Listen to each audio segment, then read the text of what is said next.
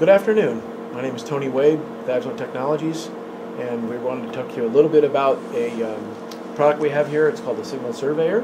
It's an E6830A, and it brings to the picture, in this case into the EMI world, a much faster way of gathering signals to later then database and post-process. The product will actually database signals as opposed to a swept-tuned spectrum analyzer, which simply just takes data. You have to automate that and suck all the data in yourself. So let's move into a visual of what the product looks like. We have a monitor and a PC, and then we have a VXA card cage with various cards in it. We won't go into the details of that later. Maybe we'll do that live when we get in front of you, or a WebEx demo at some other time. We can send you some literature on the product. So if we move back to the monitor, we're sweeping a 20 megahertz to 2.7 gigahertz. This could be augmented to various frequencies. We can go down into the 100 kilohertz range with other tuners, or we can go up into the microwave region with spectrum analyzer as a front end. So any of those can be driven by the software. And why don't you just take the antenna off real quick so you can see the noise flow? Sure, I'll do that. So we're in a room here with a load of crap, and obviously the Signal Surveyor has picked up all that stuff and shown it basically where it is. Yeah, it was just a simple whip antenna. Sure.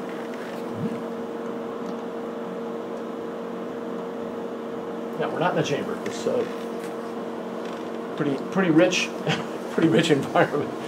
So at any rate, so we want to talk a little bit about say some speed issues. One thing you could do is you could, just to show the resolution, we're in a 9 kilohertz resolution band, covering from 20 megs to 2.7 gigs, which would take about 3.5 minutes or so with a swept-tuned analyzer.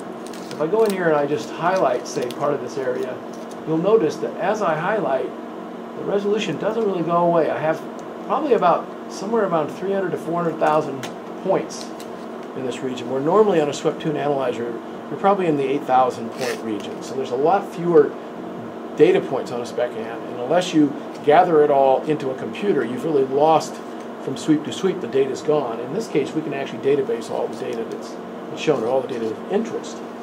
Now, in and of itself, I'm still sweeping. You don't see a real sweep change, but I'm still sweeping up to 2.7 gigahertz. So if I go under here on the right click and say tune to just this sweep, which is about almost 100 megahertz sweep, you'll notice the update rate is considerably faster. Dialing in. And this is still at the 8 kilohertz, 8.7 kilohertz, or about 9 kilohertz resolution band. So that's just showing you the speed update rate. In fact, you can see these little signals over here going really fast. Let me just stop it just for a second. Blow up on that little part there and let that run. So you can see these little signals coming and going very quickly. You wouldn't see those on a regular spectrum analyzer. You'd miss them altogether. So kind of get an idea of speed. That's kind of what we're pushing here.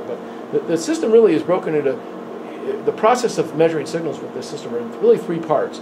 You survey or detect, you find the signals, then you decide to do something with them, and then maybe like database them possibly, and then lastly you decide you either demodulate or database or analyze further. So that's kind of how things go. So in this case, let's set up a mission where I'm looking from, where a typical keyed transmitter out of opening your car opener might operate. Somewhere in the 300 megahertz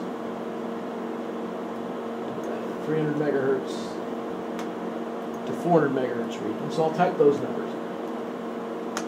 So okay, apply.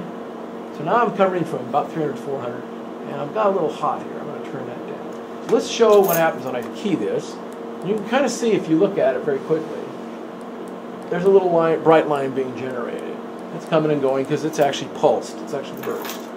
So if I wanted to go ahead and database that, there's 2 things I would want to do. Probably put on some kind of detector of some kind, enable a level detector. I can do either just a straight level detector. I'll enable that. There's a blue line here that I can adjust up and down. See that moving around potentially. You can see it down. When I have it down in here, you can probably see it better. So I'll move that around. Okay, there it is. I got my level detector. So, but in of itself, let's say I wanted to database any signal that went over that level.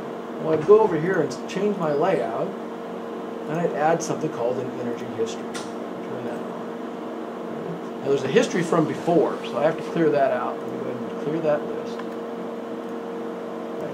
And now anything that's over that level, and you can see there's some little signals popping over, are being databased. So these are just text files that can be written into a regular Windows file, right? Mm-hmm. Sure. And you can see the number of hits it's getting. We're up to about 700 on one and 300 on the other, so it's clicking away at them. But that's not as interesting. Let's try something more complex, something like that first signal that came and went. Say you wanted to pick off that signal. That's what this system is really good at, finding signals that are not so easy to find, so to speak. So I'm going to go ahead and change that level detector, move it up above these signals, these stationary signals. I'll clean out my register here, so it's clean. And let's go ahead and add the next phase of what we might want to do. So what do we want to do? We want to take some action once we've gotten this in, and that's under this thing called an alarm log. So I go under this alarm, and I can set any number of alarms. There's like hundreds of alarms. In this case, I'm going to say not new energy, but each time any energy comes and goes over that threshold, I want to do something with it. In fact, I'm going to say anything in the frequency range between where these keys transmit, between 312 and say 318 megahertz. That's going to be my alarm region, and I'm going to set it audible. I'll test my audible. The audible is going to play a wave file, which is Homer Simpson. You're probably not going to hear that on the video, but yeah, you probably won't hear that. Okay, I can make it louder.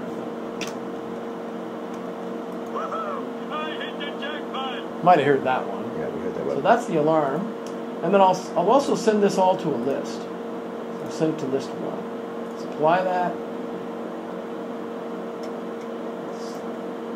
Show my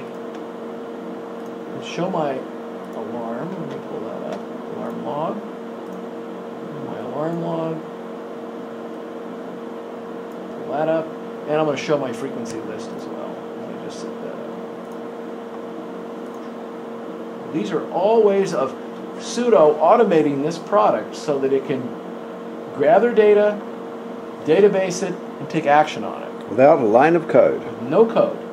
And these are only just the very rudimentary things. There's a lot of things. You can put all kinds of if and ends statements, a lot of, make a lot, you can make a lot, do a lot of analysis before doing any code at all. So let's just say, okay.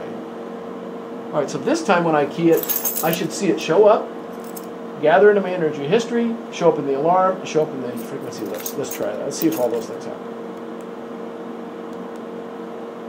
Must not have turned something on. Let's go back to the alarm. Didn't activate it. That would be huge. Need to turn it on. Okay, let's say okay. So nothing. It showed up in the energy history because we were set by the detector, but it didn't set my alarm. So you can see it's showing up in the alarm log. It's going into my list, my energy list, and my history. Couple more. Couple more. Blasted a couple more times. And I'll do mine as well. It's not refreshing the list. Because they're the same frequency. Oh, these are the same frequency? Yeah, I just put each energy. I could put any energy. Yeah, they're exactly the same. Well, they're made by the same company. Hopefully.